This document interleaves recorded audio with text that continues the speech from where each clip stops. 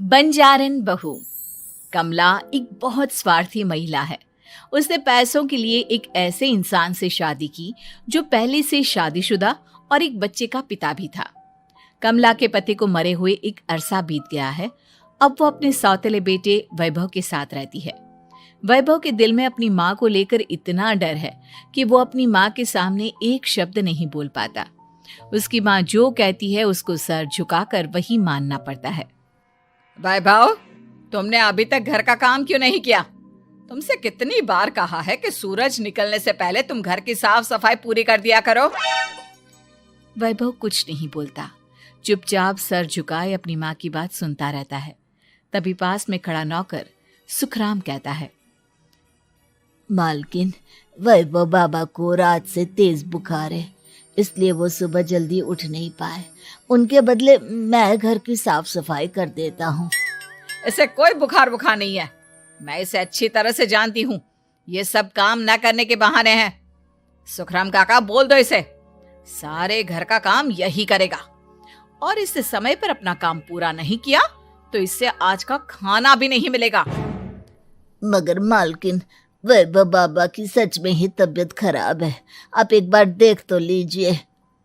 कमला बिना कुछ बोले वहां से चली गई और बेचारा वैभव तेज बुखार में भी काम करता रहा। कमला वैभव की शादी एक ऐसी लड़की से कराना चाहती थी जो अनपढ़ हो और कमला से इसी तरह डरे जिस तरह वैभव डरता है, ताकि वैभव की सारी जायदाद और धन दौलत उसकी मुट्ठी में रहे। लेकिन आज के जमाने में ऐसी लड़की मिलना मुश्किल है। कमला कार में यही सब कुछ सोचती जा रही थी कि तभी रास्ते में, अरे ड्राइवर, तुमने कार क्यों रोक दी? और ये इतना शोर कैसा? मैडम, आगे कुछ बंजारों का खेल चल रहा है, इसलिए भीड़ लगी है। मैं अभी भीड़ को साइड में करवाकर कार निकालता हूँ। ड्राइवर भीड़ को साइड करके कार निकालने की कोशिश करने लगा कि तभी कमला की नजर रस्सी पर चल रही एक फुलवा नाम की बंजारन पर पड़ी। क्यों ना मैं इस बंजारन की शादी वैभव से करा दूं? ये तो अनपढ़ लग रही है, मेरे पैरों तले दबकर भी रहेगी। मुझे अभी इसके माँ बाप से बात करनी होगी। ये सोचकर कमला ने उन बंजारों से बात की और उन्हें शाम को अपने घर बुलाया। फुलवा के माता पिता वहां उसे लेकर आ गए। उन्होंने इतना आलीशान घर पहले कभी नहीं देखा था। अच्छा हुआ आप लोग आ गए। देखिए, मुझे घुमा फिरा कर बात करने की आदत नहीं है, इसलिए सीधे सीधे मुद्दे पर आती हूँ। मुझे आपकी बेटी बहुत पसंद है। मैं अपने इकलौते बेटे की शादी आपकी बेटी फुलवा से कराना चाहती हूँ। इसके बदले में आप जो चाहो वो ले सकती हैं। तभी फुलवा की माँ कहती है, ये क्या कह रही है मैम साहब? कहीं आप हमारी गरीबी का मजाक तो नहीं उड़ा रही ना?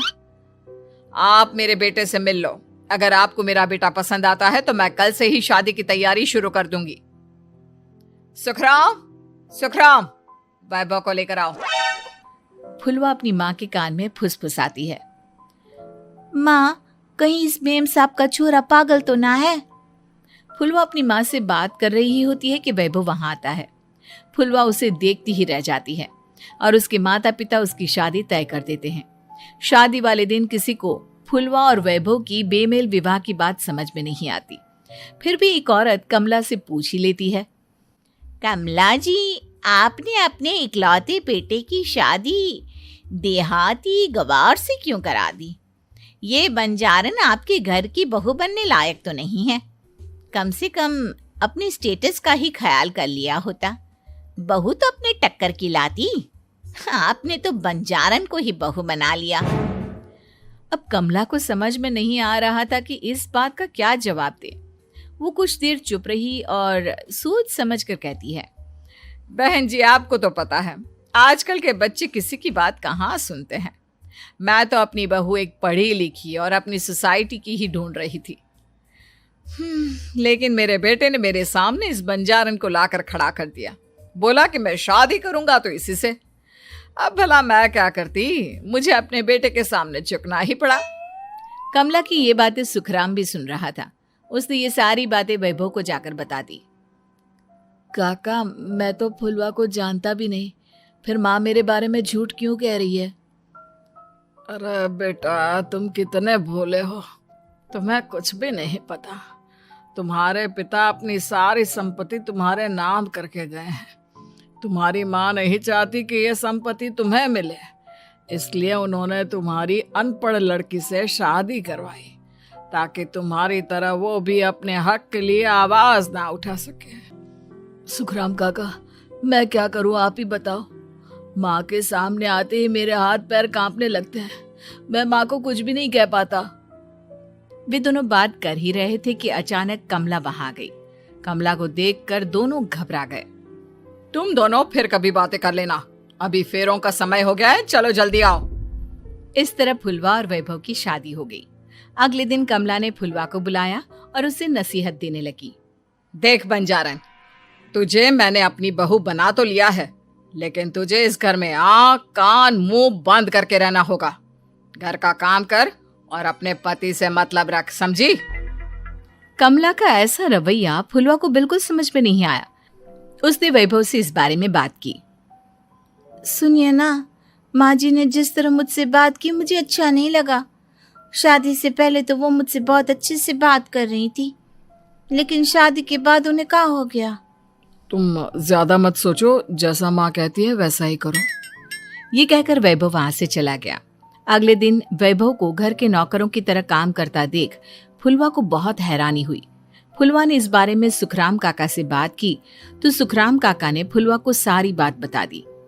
अब फुलवा को समझ में आ गया कि उसकी सास ने एक बंजारन को बहू क्यों बनाया।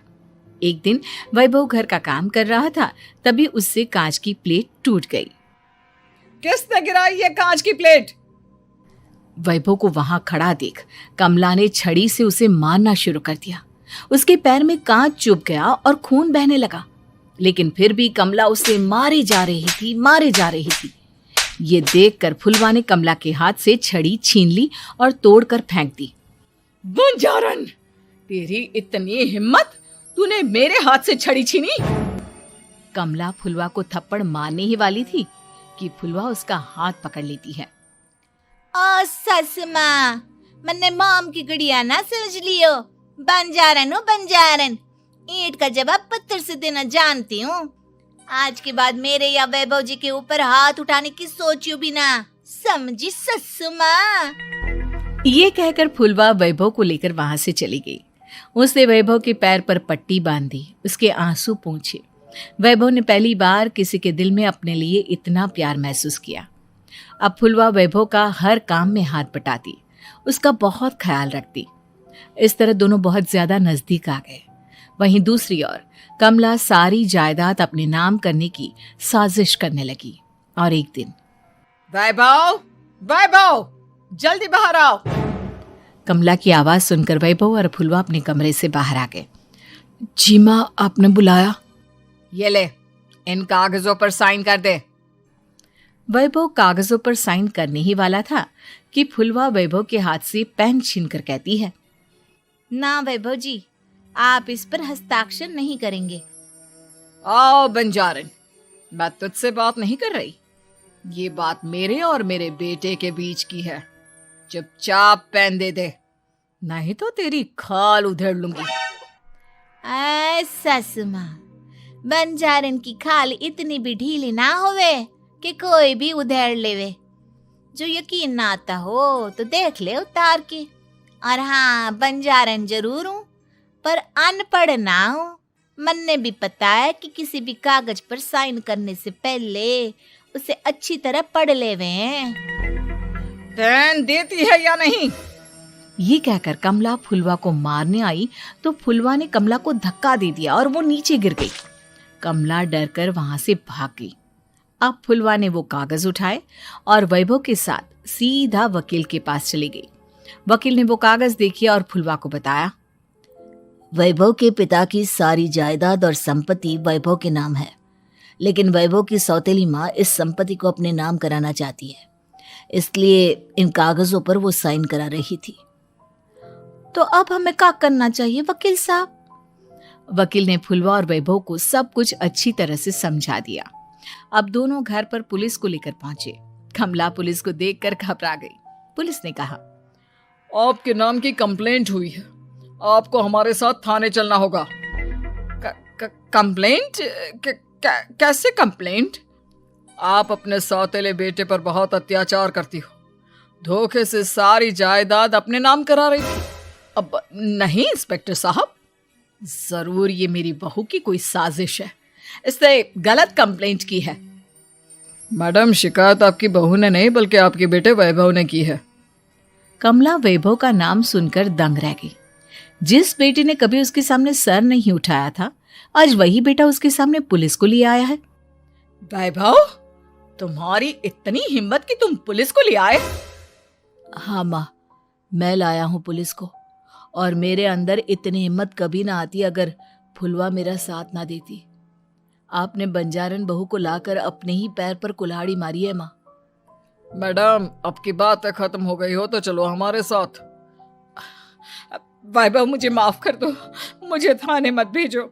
आज के बाद मैं तुम्हें कभी नहीं मारूंगी, तुम्हें कभी परेशान नहीं करूंगी, मुझे माफ कर दो। वैभव अपनी कंप्लेंट वापस ले लेता है और पुलिस वहां से चली जाती है।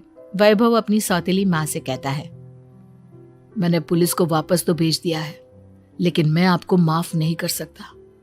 आपने बचपन से आज तक कभी मेरे सर पर हाथ नहीं रखा, हमेशा मुझे मारती रही, नौकरों की तरह बर्ताव करती रही। आप इस घर में नहीं रह सकती, चली जाइए यहां से। कमला घर छोड़कर चली गई और सड़क किनारे खड़ी होकर सोचने लगी, काश मैंने वैभव को माँ की तरह प्यार किया होता तो आज मैं इस तरह से बेसहारा ना हो जाती।